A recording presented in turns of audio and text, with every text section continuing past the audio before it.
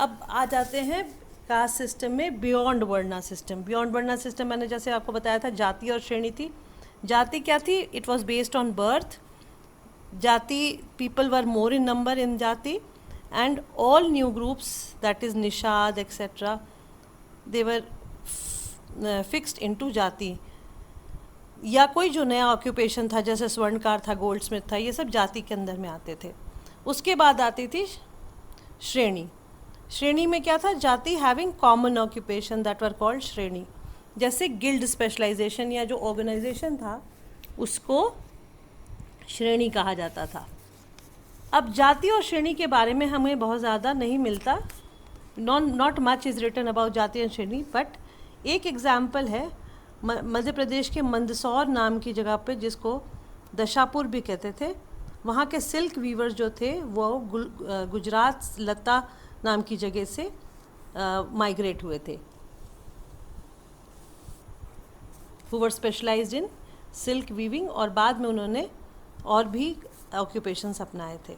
तो यहाँ पे अगर हम कंक्लूड करें जाति और श्रेणी सिस्टम को, तो या सोशल सिस्टम को या वर्णा सिस्टम को, तो it was a complex social process. It gives insight into nature of guilds, and members did more than one type of work. That is, Mandsaur के जो सिल्क वीवर्स थे उन्होंने टेम्पल्स भी बनाए थे। अब इसके भी आगे बियॉन्ड वर्णा जाति एंड श्रेणी क्या था? According to Brahmanical text, some were odd uncivilized animal like people who were forest dwellers, and they were some of them, example था निषाद जो एकलव्य था, और जो फॉरेस्ट ड्वेलर था, वो ड्वेलर्स थे, वो क्या करते थे? जो जंगलों में रहते थे, हंटिंग गैदरिंग से अपना जीवन बिताते थे। उसके बाद एक और ग्रुप था जो नोमैडिक पेस्टोरलिस्ट का था। नोमैडिक पेस्टोरलिस्ट मतलब जो पशु चराते थे, चरवाहे थे, और नोमैड्स थे यानी बंजारे थे, एक जगह नहीं टिक के रहते थे। मलेच भी वो, उनको भी मलेच कहा जाता था क्योंकि उनका जो लैंग्वेज था वो भी नॉन सांस्कृतिक था। But they had interaction with other people, जो जंगल में रहते थे या जो पेस्टोरलिस्ट थे, उनका इंटरेक्शन था बाकी सोसाइटी के लोगों से। यहाँ पे एग्जाम्पल सोर्स 9 में देख लीजिए, हिडिम्बा की स्टोरी, और हिडिम्बा और भीम के मैरिज की स्टोरी है, जिनका बेटा था Ghatotkacha. Hidimba belonged to the Rakshasa community who had married Bhim, and their son was Ghatotkacha, who had fought in Kurukshetra war. राक्षस जो थे वो नॉन ब्राह्मणिकल प्रैक्टिस फॉलो करते थे, that is they were man eating. Hidimba's brother was followed hunting and gathering. अब इसमें beyond, ये यहाँ तक हो गया, ये आप सोर्स 9 आप इसका ये जिस्ट है, इसको आप you have to read carefully.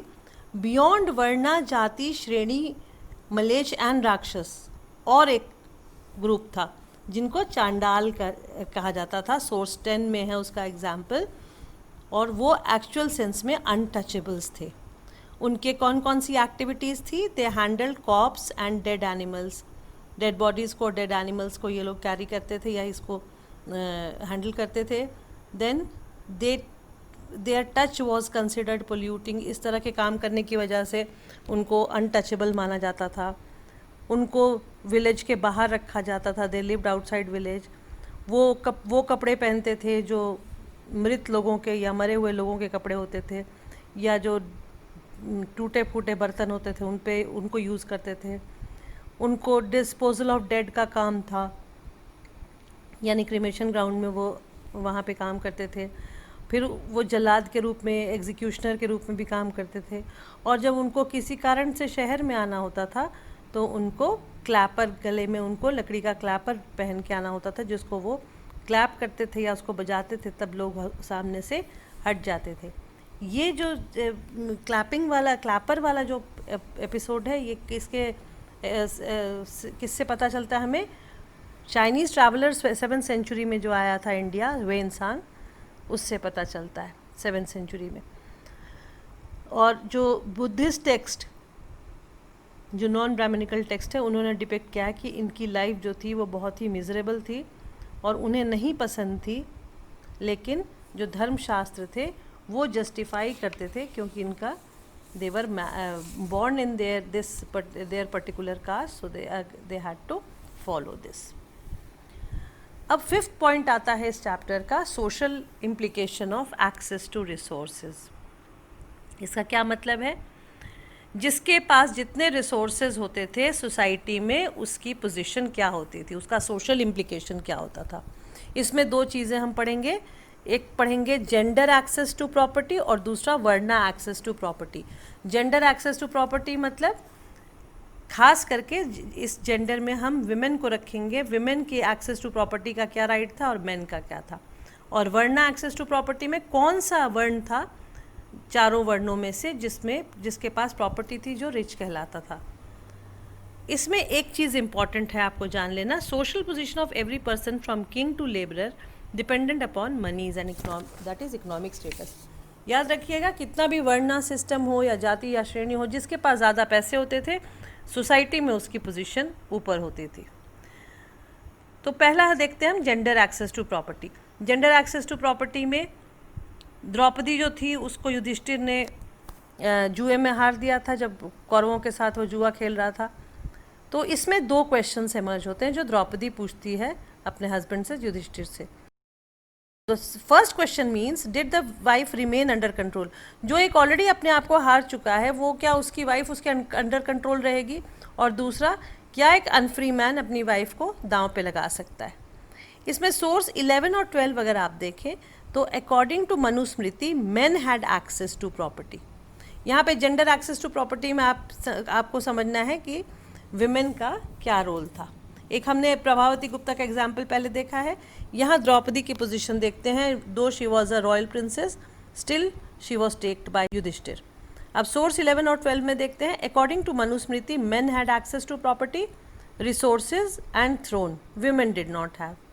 इसके अकॉर्डिंग टू मनुस्मृति में जो लिखा हुआ है उसमें सारी जितनी भी राइट्स थी वो मेन को थी, चाहे वो प्रॉपर्टी का हो, चाहे रिसोर्सेज का हो, चाहे राज सिंहासन का हो, विमेन को नहीं था। विमेन को क्या सिर्फ अलाउड था? They were allowed during marriage jewellery that is stridhan. जो उनके फादर उनको गिफ्ट या ज्वेलरी देते थे वो उनके स्त्री धन के रूप में था, और उसको इनहेरिट कौन करते थे? विमेन का जो स्त्री धन था उनके बच्चे। हस्बैंड का कोई क्लेम नहीं होता था। लेकिन विमेन के ऊपर एक और रोक था कि वो छुपा के कुछ भी नहीं रख सकती थी हस्बैंड के विश के अगेंस्ट। तो ये बहुत सारी इसमें रोक टोक थी विमेन पे। थर्ड इसमें पॉइंट आता है, rich women had their property right. अब यहाँ पे फिर वही कॉन्ट्राडिक्शन, वही प्रभावती गुप्ता के example, poor women did not have. Prabhavati Gupta के पास प्रॉपर्टी भी थी, रिसोर्सेज भी थे, उसको लैंड ग्रांट का भी हक था, लेकिन उस ज़माने में पुअर विमेन जिनके पास पैसे नहीं होते थे उनको कोई राइट्स नहीं थे। इसका क्या मतलब था? There was a difference between right of man and women dependent on access to resources. फिर ये कॉन्ट्राडिक्शन सेवेंथ हो गया आपका कि अगर right of men and women depend करता था एक्सेस टू रिसोर्सेज में और सिर्फ मेन को ही था प्रॉपर्टी का राइट, तो फिर प्रभावती गुप्ता का एग्जाम्पल कैसे आता है? तो यहाँ पे ये कॉन्ट्राडिक्शन हो गया। आपसे अगर इस क्वेश्चन में इस तरह से अगर आपसे पूछा जाए कि how did the whatever was written in Dharmasutras and Dharmashastras were strictly followed और नॉट, उसमें ये सारे कॉन्ट्राडिक्शंस आप एग्जाम्पल के रूप में दे सकते हैं। उसके बाद जेंडर एक्सेस टू प्रॉपर्टी में हमने देख लिया, युधिष्ठिर का, ये द्रौपदी का एग्जाम्पल देखा, प्रभावती गुप्ता का और पुअर विमेन का। अब हम वर्णा एक्सेस टू प्रॉपर्टी। वर्णों में, 4 वर्णों में किसको सबसे ज़्यादा एक्सेस था? Varna in some cases regulated access to wealth. For example Shudras जो थे वो सिर्फ सर्विट्यूड के लिए थे या सर्व करने के लिए थे या सेवादार थे, तो उनके पास पैसे नहीं थे। अदर जो 3 वर्णास थे वो रिच थे। ये था अकॉर्डिंग टू अगेन मनुस्मृति। यहाँ पे भी एक देख लीजिए आप कैसे डिफरेंस आता है।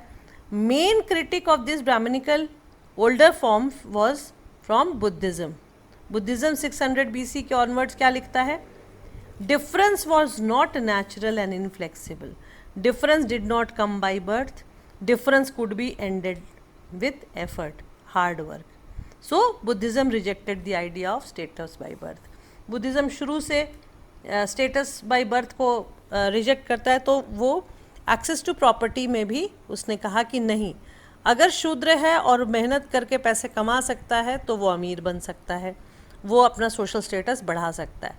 जबकि ब्राह्मणिकल टेक्स्ट में था कि सब कुछ प्री डिटर्मिंड है, अगर वो शूद्र है तो वो ज़िंदगी भर सिर्फ सर्व करेगा।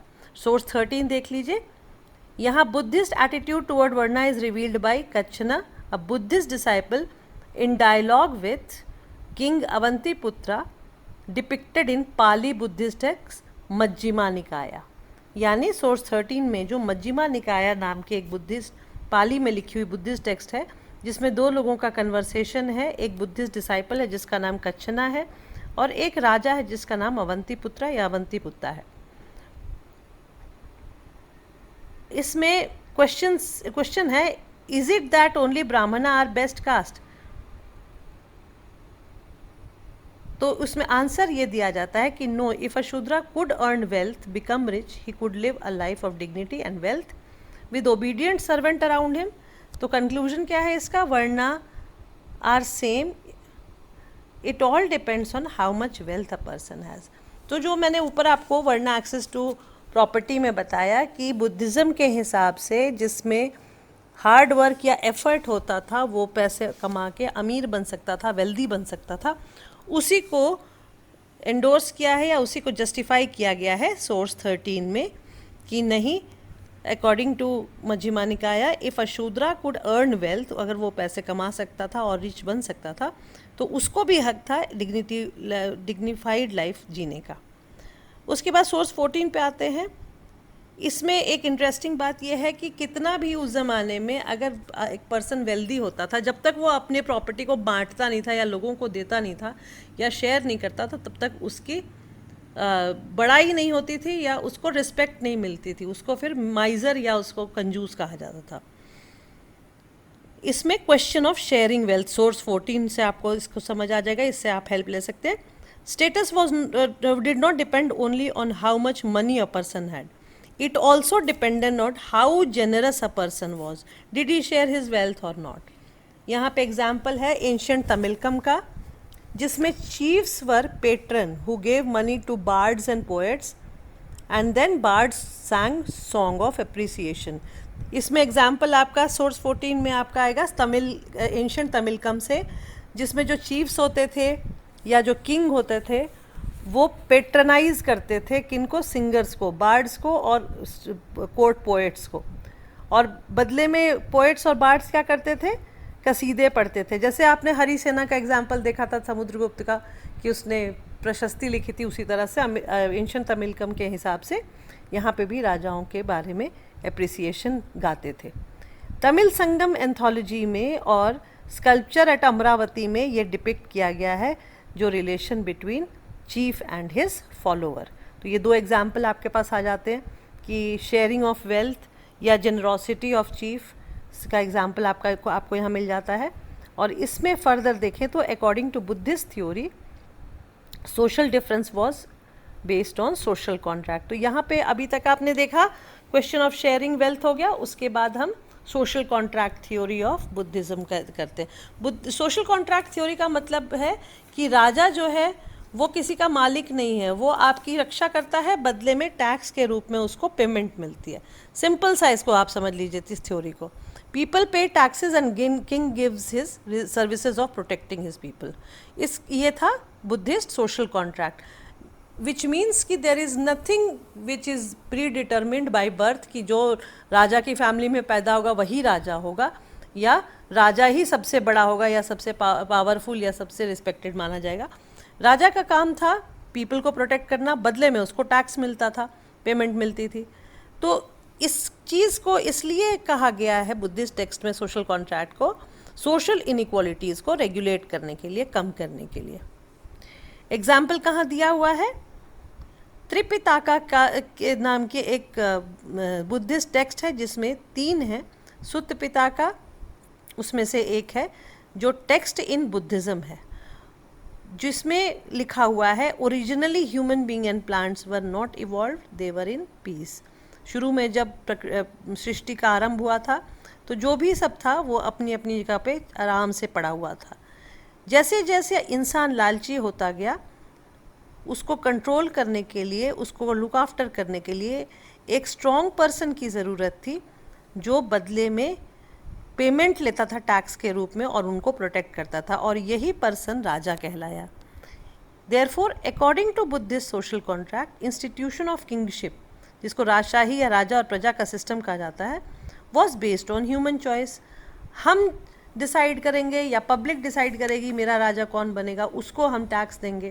Taxes were payment for services of king and it could be change in future. अगर किंग नहीं पसंद आया तो उसको चेंज किया जा सकता है अकॉर्डिंग टू बुद्धिस्ट टेक्स्ट। लेकिन अगेन ब्राह्मणिकल टेक्स्ट में ऐसा नहीं था, पैदाइशी जो राजा के घर में पैदा होता था वो राजा बनता था। अब 6th टॉपिक पे हम आते हैं इस चैप्टर के, analysis of text bye historian.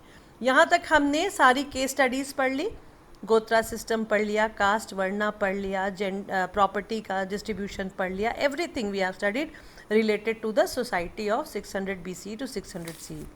अब हम वापस आते हैं अपने राइटिंग ऑफ महाभारत। हमने क्रिटिक ऑफ महाभारत शुरू में किया था, अब राइटिंग ऑफ महाभारत को एनालाइज करते हैं। टेक्स्ट को, महाभारत नाम के टेक्स्ट को यहाँ पे हिस्टोरियंस ने किस तरह से एनालाइज किया। Historian consider certain element when they analyse the Mahabharata to understand social system of ancient era. Historians के हिसाब से 3 एलिमेंट्स पे उन्होंने ध्यान दिया है हिस्टोरियंस ने, किस लिए, महाभारत को एनालाइज करने के लिए कि कैसे महाभारत ही सबसे अप्रोप्रिएट है उस ज़माने के सोशल सिस्टम को समझाने के लिए। ये इंपॉर्टेंट है आपके लिए, 8 मार्क्स क्वेश्चन में आ सकता है। इसमें 3 चीज़ें हैं। पहला है लैंग्वेज एंड कंटेंट, दूसरा है ऑथर्स एंड डेट्स, तीसरा है place where it happened and context in which a particular incident happens. क्या मतलब, पहला है किस भाषा में लिखा गया और क्या लिखा गया, दूसरा है किसने लिखा और कब लिखा, ऑथर्स एंड डेट्स, और तीसरा कहाँ पे इसे लिखा गया और इसको लिखने का कॉन्टेक्स्ट क्या था, कौन सा इंसिडेंट हुआ, ऐसा हुआ था जिसके लिए महाभारत की रचना की गई थी। तो सबसे पहले हम स्टार्ट करते हैं लैंग्वेज एंड कंटेंट से। ये हम असेसमेंट कर रहे हैं to understand and assess the text. Historians followed 3 elements in mind. उसमें पहला था लैंग्वेज एंड कंटेंट। इसमें क्या क्या था, they examine whether it was written in only Sanskrit language of Brahmana और इन पाली, प्राकृत और Tamil language of ordinary people. इसको हमने देखा है शुरू में है VS सुतंकर और बाकी स्कॉलर्स ने पता किया था, जब वर्सेस इकट्ठा किया था तो सिर्फ संस्कृत में महाभारत नहीं लिखी गई थी, रीजनल प्लेसेस में भी महाभारत की स्टोरी कहीं कहीं पाली, प्राकृत और तमिल में मिली है। फिर संस्कृत की जो महाभारत थी वो ईजियर थी वेदा और प्रशस्तीज के संस्कृत से। फिर इसमें कंटेंट क्या था, content is classified into 2। Content क्या था, नरेटिव एंड डिडैक्टिक।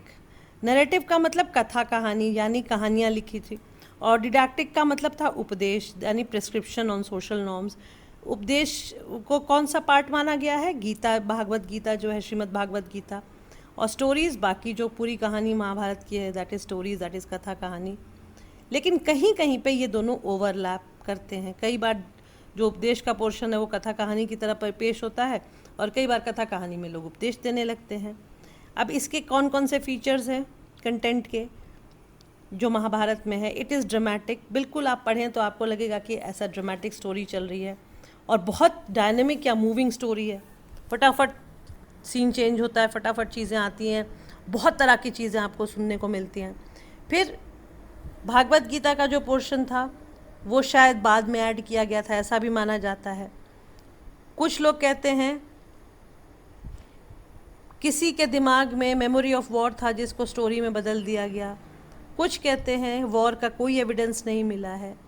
लेकिन बीबी लाल जैसे जो हिस्टोरियंस हैं वो हमें पूरे महाभारत के एपिसोड का एविडेंस देते हैं या प्रूफ देते हैं, या उसको बताते हैं उसके बारे में कि कौन कौन से प्रूफ मिले हैं। थर्ड आता है, वो हम अभी बाद में इसको और डिटेल में करेंगे कि किस तरह बीबी लाल ने कौन कौन से प्रूफ दिए हैं। फिर सेकंड नंबर पे आपका आता है ऑथर्स एंड डेट्स। कौन कौन, किसने, महाभारत किसने लिखी, इसमें 3-4 आपके महाभारत के ऑथर्स के बारे में अलग अलग व्यूज़ हैं कि उसको किसने लिखा। सबसे पहला है original story was composed by charioteers bards, जिसको सूत कहते थे। सुत जो थे वो क्या करते थे, जब भी क्षत्रिय जब बैटलफील्ड में जाते थे लड़ने के लिए, वॉर लड़ने के लिए, तो वो उसके पोइट्री उसको एक तरह से आंखों देखा हाल या पोइट्री फॉर्म में उसको करते थे, ओरली बताते थे। फिर 500 BCE में ब्राह्मणाज ने उसको लिखना शुरू किया जब जब कुरु और पांचाल जैसे चीफडम्स आए बने। फिर एक और उसका जो व्यू है वो है may be to confirm new social values over the old one, to justify social change, stories were written. जितने भी सोशल चेंज ब्राह्मण्स लेके आए थे उस ज़माने के, जो स्कॉलर्स या सांस्कृतिक स्कॉलर्स थे वो लेके आए थे, वो चाहते थे कि इनको कंफर्म करने के लिए कुछ ऐसा एपिक लिखा जाए जिससे लोगों को विश्वास हो जाए कि हाँ ये बिल्कुल जस्टिफाइड है। उसके बाद 200 BC से 200 CE तक जब वैष्णविज्म या विष्णु की वर्ष का पॉपुलैरिटी थी, कृष्ण जो थे वो सबसे इम्पॉर्टेंट गॉड माने जाते थे उस ज़माने में। वो महाभारत के एक इम्पॉर्टेंट कैरेक्टर के रूप में उभर के आए और उन्हें विष्णु का अवतार माना गया, इनकारनेशन माना गया, और उन्हीं के नाम से कहा जाता है कि large didactic section was added in the same period. इसी समय भागवत गीता की रचना की गई थी या उसको ऐड किया गया था जो कृष्ण ने कहा था। और फाइनली जब टेक्स्ट पढ़ने के लिए सामने आया, जब फाइनल उसका जो वर्स आया वो था 10,000 वर्सेस। उसमें भागवत गीता ऐड होने के बाद 1 लाख वर्सेस हो गए। और जो राइटर जिनके नाम से माना जाता है वो थे वेद व्यास, जो एक साधु थे। अब एक और थर्ड है कि where it happened, place where it happened, उसका प्रूफ क्या है, सर्च फॉर कन्वर्जेंस। 1951-52 में एक आर्कियोलॉजिस्ट हुए जिनका नाम बीबी लाल था। उन्होंने एक्सकेवेट किया था एक जगह मेरठ के पास यूपी में जिसका नाम था हस्तिनापुर, और ये लोकेशन सेम था जो स्टोरी में कुरु का लोकेशन था, महाजनपद का। लाल को और भी 5 लेवल में उनको पूरा ये हस्तिनापुर मिला था, जिसमें सेकंड और थर्ड लेवल जो था वो 12 to 7th century BC का माना जाता है, जिसमें मड वॉल या मड ब्रिक वॉज फाउंड। तो ये वो एविडेंस मिलता है कि there was family of Kauravas and Pandavas जो उस समय हुआ था। उसके बाद थर्ड लेवल में घर मिले हैं जो मड ब्रिक के और बर्न ब्रिक के हैं, और वो प्लास्टर्ड वॉल भी मिले हैं जिस पे रीड मार्क यानी जो पुआल से उसको पेंट किया गया होगा या उसको रिपेयर कंस्ट्रक्ट किया होगा, वो 6 to 3rd century BC में मिलता है। उसके बाद सोके जार्स मिले हैं, ब्रिक ड्रेन्स मिले हैं, टेराकोटा रिंग वेल मिला है। ये सारी चीज़ें प्रूव करती हैं कि जिस ज़माने की स्टोरी है उस ज़माने की चीज़ें हैं ये। यहाँ पे हमें सोर्स 15 में अगर हम देखें तो हमें 2 एग्जाम्पल मिलेंगे कि place where it happened according to historian and authors, and they have provided different version. जो हमने ऊपर दिया है 3 वर्जन्स दिए हैं कि क्या क्या चीज़ें और किस किस लेवल पे मिली। सोर्स 16 पे अगर हम आते हैं तो इस पे जो हमने पहले मैरिज के बारे में किया था उसको हम एक बार और देख लेते हैं कि द्रौपदी का जो मैरिज था उसको ऑथर ने 3 तरीके से एक्सप्लेन किया है। हमने मैरिज के बारे में पहले डिस्कस किया था, अब सोर्स 16 को उसी रिलेशन में कर लेते हैं। इसमें द्रौपदी का जो मैरिज था उसको ऑथर ने 3 तरीके से एक्सप्लेन किया है। पहली कहानी वेद व्यास का वर्जन था, दूसरा था कुंती का वर्जन जब उन्होंने कहा था कि जब वो शादी करके लाए थे, अर्जुन द्रौपदी को जीत के लाए थे, तो उन्होंने कहा कि आप बांट लो आपस में, तो फिर उनको 5 की वाइफ बनना था, 5 भाइयों की वाइफ बनना पड़ा। उसके बाद लॉर्ड शिवा का वर्जन है। तो ये सारे वर्जन्स थे about to justify Draupadi's marriage, यानी जो पॉलीएंड्री सिस्टम जो द्रौपदी ने अपनाया था शायद वो उस समय बहुत ज़्यादा अप्रिशिएटेड नहीं था, इसलिए उसको 3 रीजंस दिए गए उसको जस्टिफाई करने के लिए। ये example, these 2 examples by author may have been given to add fact, proof और justify the various social and other issues in Mahabharata. ये जैसे मैंने आपको कहा कि इसको सिर्फ जस्टिफाई करने के लिए ये 3 वर्जन दिए गए। यहाँ एक क्वेश्चन आ जाता है, explain the different versions of polyandry given in source 16। Source 16 में पॉलीएंड्री को के डिफरेंट वर्जन्स दिए। पहले है प्रेजेंट डे हिस्टोरियंस मानते हैं polyandry was present among elite. यहाँ पे क्वेश्चन का मतलब ये क्या है कि पॉलियांड्री को क्यों अपनाया जाता था उस ज़माने में, उसके रीजंस दिए हैं। पहला, polyandry was present among elite but it gradually fell into disfavour among Brahmanas. Polyandry पहले था एलिट्स में, शायद उस समय रहा था, बाद में ब्राह्मणास ने इसको बुरा बताते हुए इसको हटाने की कोशिश करी। दूसरा था, polyandry was present in Himalayan region, जहाँ पे ऐसा सोशल सिस्टम था, लेकिन वहाँ पे भी ब्राह्मणास को ये चीज़ अनडिज़ायरेबल लगी, ठीक नहीं लगी। तीसरा था, पॉलियांड्री को अपनाना due to shortage of women during warfare times. कई बार वॉर में जब विमेन का शॉर्टेज होता था तो more men use to marry one woman. उसके बाद क्रिएटिव लिटरेचर में अपना उसका एक्सप्लेनेशन है, वो सोशल रियलिटी को नहीं। कई बार क्या है कि जैसे मान लीजिए कि एक अब हम कोई भी बुक या टेक्स्ट लिखते हैं तो उसमें अपनी क्रिएटिविटी को जस्टिफाई करने के लिए इस तरह के सिस्टम को अपनाया जाता है। एक और क्वेश्चन यहाँ पे आता है, why Mahabharata is called a dynamic text, explain with example. इसमें भी अलग अलग वर्जन है। संस्कृत का वर्जन जो है उसके हिसाब से महाभारत वॉज डायनेमिक टेक्स्ट। पहला वर्जन था उसका संस्कृत का, दूसरा later on many regional language में उसको लिखा गया, यानी एक ही टेक्स्ट को कई तरीके से लिखा गया, इसलिए उसको डायनेमिक माना गया। उसके बाद उसमें बहुत सारी लोकल स्टोरीज़ ऐड हो गई। उसके बाद जो सेंट्रल स्टोरी ऑफ एपिक था उसको बार बार कई तरीके से सुनाया गया। फिर इस स्टोरी को स्कल्पचर और पेंटिंग में भी डिपिक्ट किया गया। उसके बाद आगे आने वाले पीरियड्स में उसको परफॉर्मिंग आर्ट जैसे डांस, ड्रामा, नरेशन, इसमें भी प्रस्तुत किया गया। इस वजह से महाभारत को कई तरीके से प्रेजेंट करने की वजह से उसको डायनेमिक टेक्स्ट कहा जाता है। यहाँ पे एक एग्जाम्पल आप देख लीजिए, किस तरह से महाभारत के एक एपिसोड को रिलेट किया गया है सोशल डिफरेंस या जेंडर बायस के लिए।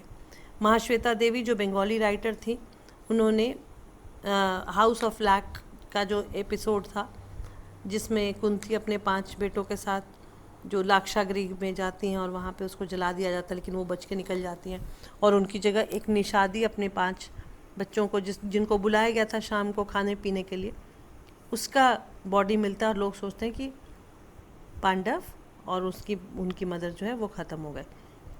यहाँ पे निषादी की जो बहू है जो वो कुंती से आके क्वेश्चन पूछती है कि तुमने ऐसा क्यों किया। तो ये पेज आपको रीड करना होगा अपने टेक्स्ट में, पेज 78 को, और इसमें स्टोरी का नाम है कुंती और निषादी। ये एग्जाम्पल था exploitation of Nishadi woman by an elite woman, और सोशल डिफरेंस दिखाता है और जेंडर बायस दिखाता है। तो इसको आप इसको रीड करें। और एक और पेज 77 पे एक क्वेश्चन है जो डील करता है कॉन्ट्राडिक्शन से, जो वेरियस कॉन्ट्राडिक्शन से। आप अगर पेज 77 में देखें तो आपको 7-8 कॉन्ट्राडिक्शंस मैंने बताए हैं, उसको आपने इस आंसर में लिखना है। With this we come to the end of this chapter. Thank you very much. Dear students, अगर मेरा वीडियो पसंद आया हो तो इसे अपने फ्रेंड्स के साथ शेयर करें, लाइक करें और चैनल सब्सक्राइब करें। Thank you.